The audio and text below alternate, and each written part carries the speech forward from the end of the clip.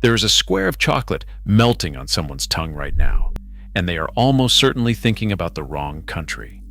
We have wrapped this flavor in gold foil and Swiss mountains and Parisian shop windows. We treat it as the height of European refinement, a luxury invented somewhere cold and elegant and old. Even the word feels expensive. That is a costume, a very good one, sold to us for a few hundred years. Underneath it, chocolate has nothing to do with Europe, and the truth about where it actually came from is far older, far wilder, and far stranger than the label suggests. You might already know the first twist. Chocolate is American, not European. The Maya drank it, the Aztec prized it, and Spanish ships carried it back across the Atlantic. That much has slipped into common knowledge, repeated in documentaries and printed on the side of artisan bars. But here is the part almost no one knows. The Maya were not the beginning. The Aztec were not the beginning. The cradle of chocolate was not in Mexico or Central America at all. The textbooks placed it on the wrong continent, off by an entire rainforest and roughly 15 centuries. And it took starch grains, chemical residue, and threads of ancient DNA, pulled from broken pottery, to finally drag the story back to where it truly began.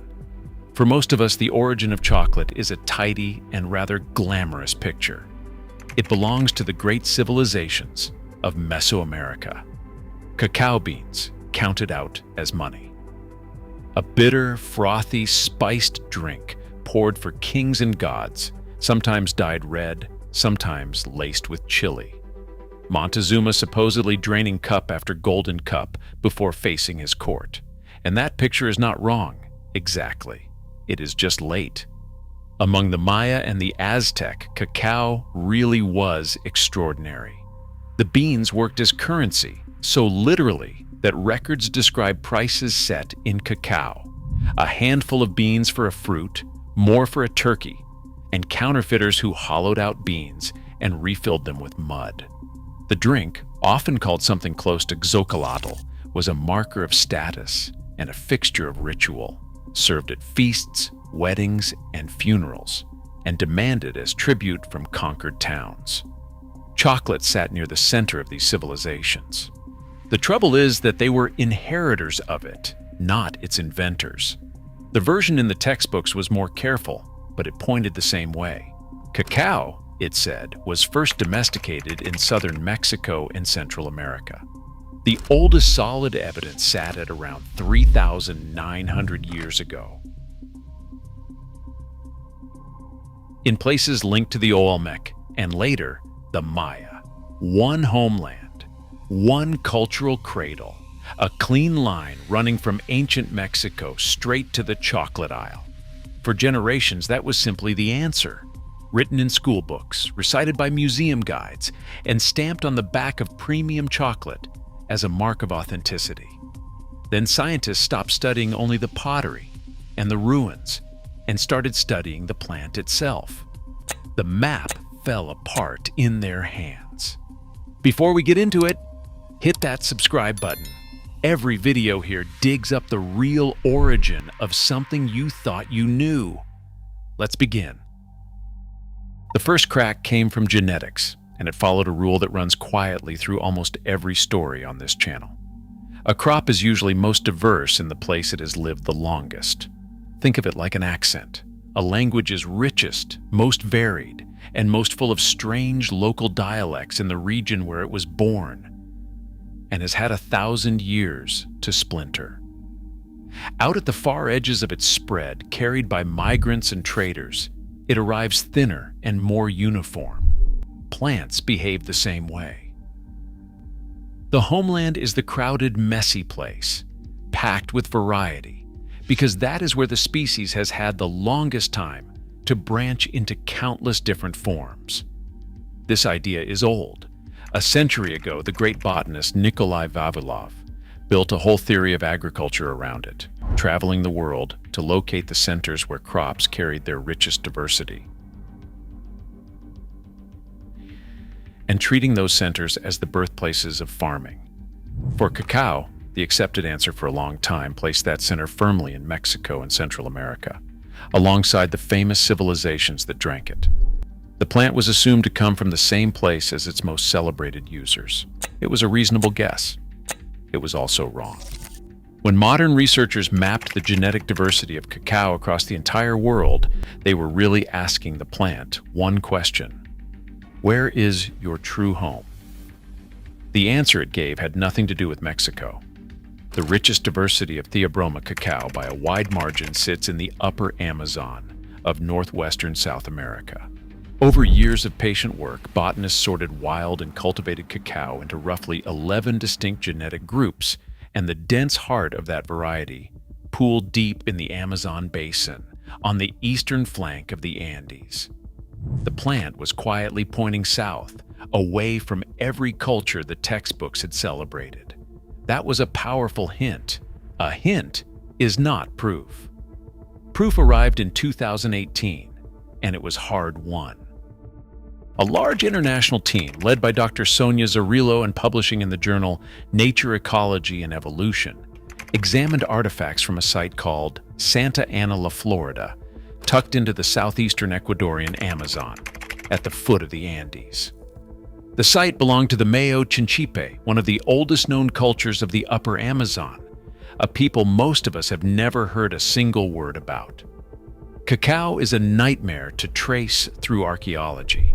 In the warm, wet tropics, seeds and fruit rot away within a few seasons, leaving almost nothing behind for an archaeologist to find thousands of years later.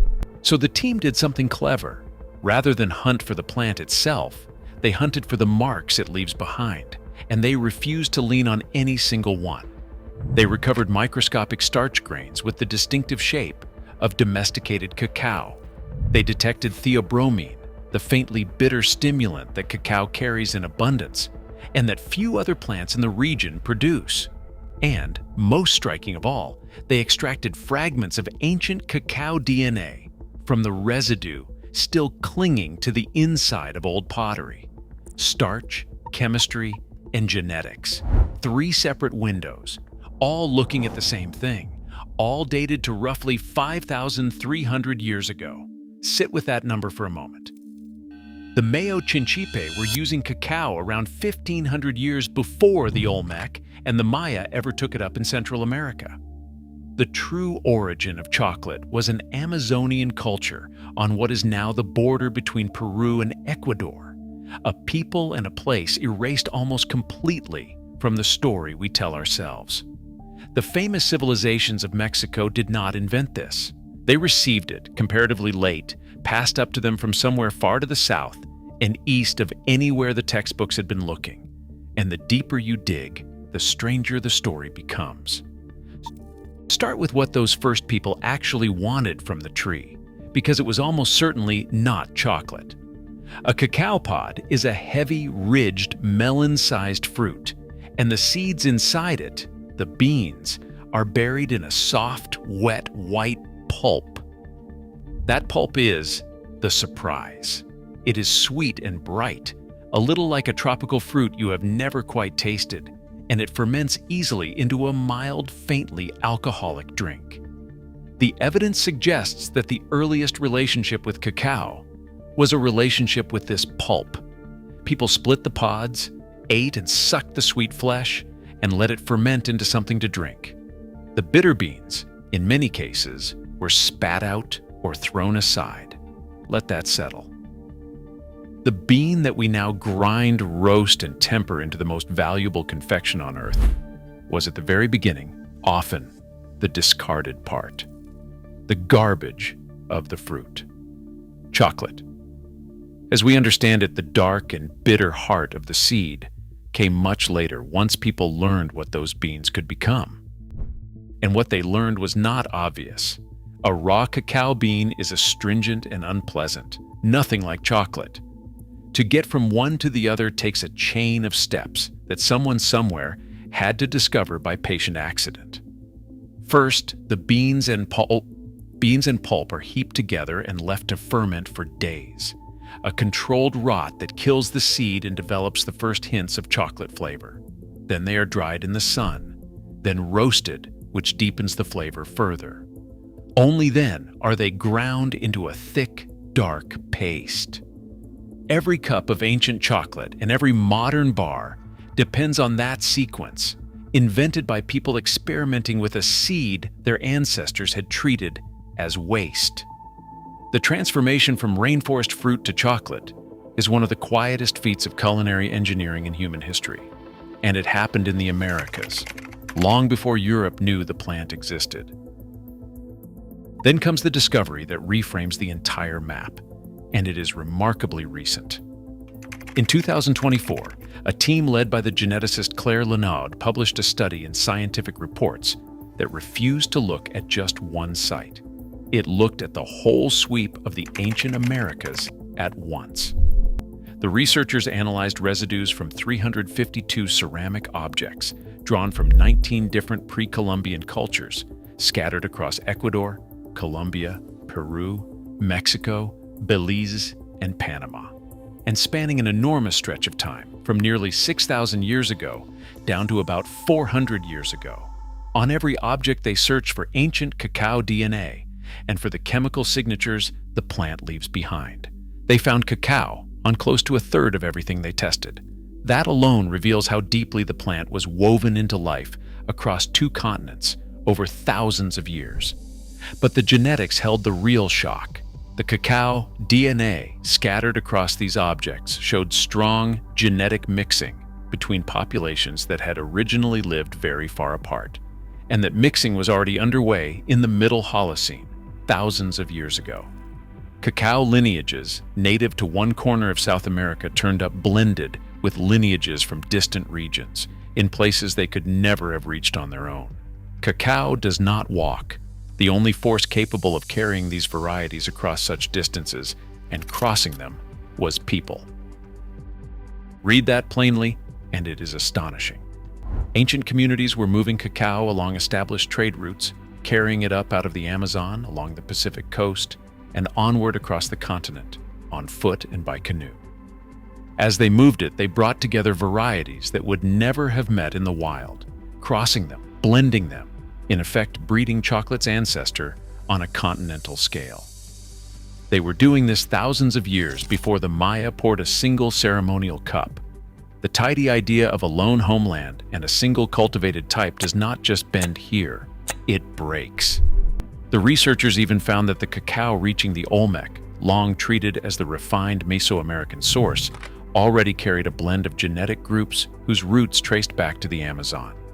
The celebrated chocolate of ancient Mexico was itself an Amazonian import, mixed and remixed by countless human hands over millennia, and only then handed northward. So the real story is not a clean line from Mexico to your kitchen.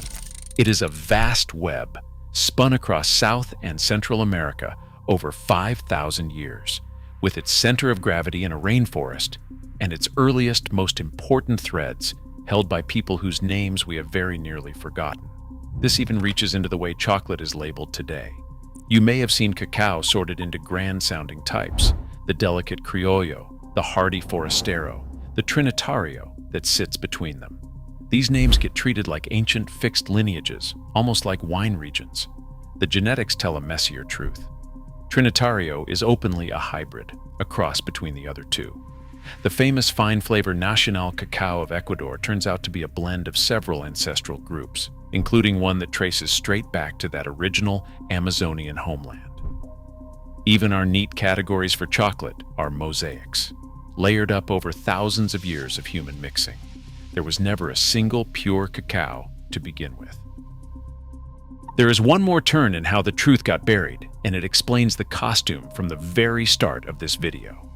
When chocolate finally crossed the Atlantic, it arrived as that bitter, ancient American drink. Europe did not invent it. What Europe did was transform it, and in transforming it, slowly claim it. Sugar was poured in to tame the bitterness. Then, in the 1800s, inventors and confectioners learned to press, sweeten, and mold cacao into a solid bar. You could bite, rather than only a drink, you could sip. Soon after, makers in Switzerland blended in milk, creating the smooth, pale, sweet chocolate that now fills supermarket shelves across the world. At the same time, the plant itself was leaving its homeland for good. European powers carried cacao out of the Americas and planted it across their tropical colonies in West Africa and Southeast Asia, far from the forests that made it. Those new plantations, built from a narrow handful of varieties, would eventually grow most of the world's chocolate. The crop was scattered across the planet and, in the process, cut off from the deep diversity of its birthplace. With each step, the flavor drifted further from the forest that made it. The bar tasted of sugar and milk and European craftsmanship, and the gold foil and the mountain logos finished the disguise. The plant's Amazonian birthplace, its indigenous breeders, its 5,000-year journey, all of it quietly slipped out of view. The costume was not exactly a lie. It was a transformation so thorough that the origins simply stopped being visible. Now step back and ask what all of this means for the chocolate in front of you today, because the answer is uncomfortable. The global chocolate industry rests on a surprisingly narrow foundation. Out of cacao's deep Amazonian diversity, those roughly 11 genetic groups, the world overwhelmingly grows a small and closely related slice, dominated by hardy bulk varieties bred for yield rather than flavor or resilience, and it grows them far from home. Today, the majority of the world's cocoa, somewhere around 70%, comes from a narrow belt of West Africa, thousands of kilometers from the Amazon where the plant was born, planted across enormous areas in a handful of similar types. You have heard this shape of story before on this channel. A crop squeezed down to a thin genetic core becomes fragile, and cacao is no exception. It is battered by diseases with names that sound almost invented: witch's broom, frosty pod rot, black pod, each one able to erase harvests across whole regions. On top of that sits a warming, drying climate that is steadily shrinking the zones where cacao can grow in comfort. The plant that ancient Amazonians once spread so carefully and so widely across a continent is now concentrated and exposed in a way those early growers never allowed.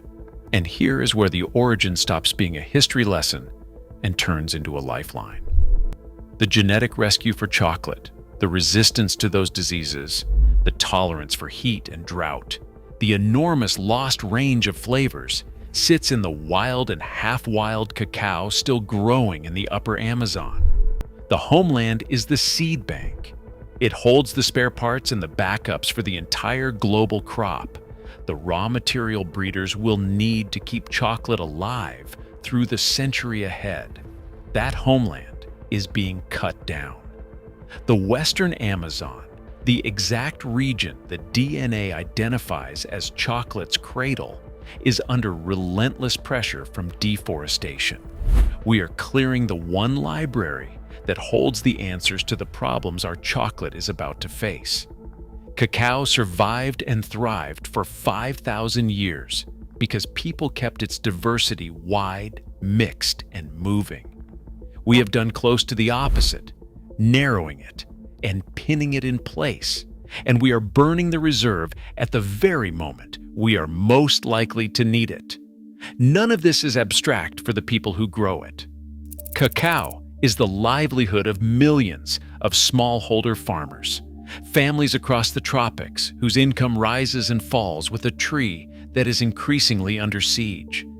The fragility quietly built into modern chocolate reaches all the way from a square of candy on a winter evening back to a rainforest, and to the people who depend on both. So go back to that square of chocolate, melting on the tongue. It is not Swiss. It is not a European invention dressed in gold foil and mountain air. It is the far end of a 5,000-year story that began in the Amazon, in the hands of a culture history barely bothered to record, on the border of what is now Peru and Ecuador. It started not as a luxury, but as a piece of rainforest fruit, sweet pulp wrapped around a bitter seed that people once threw away. It traveled the length of 2 continents on foot and by canoe, crossed and blended by countless unnamed hands, long before any of the famous names we now attach to it. The Maya and the Aztec are real chapters of this story. They are simply not the first page. The first page was written in a forest we are now cutting down, by people we left off the label, in a language of starch and chemistry and DNA that we have only just learned to read. Taste it again, and taste the rainforest in it. The textbook gave chocolate the wrong continent, the wrong millennium, and a borrowed European face. The DNA gave it back its real home, its real age, and its real makers, just as that home is beginning to disappear. If you found that as fascinating as I did, subscribe and stick around. Every video on this channel digs up the real origin of something you thought you knew. The next one is already in the ground, waiting to be unearthed.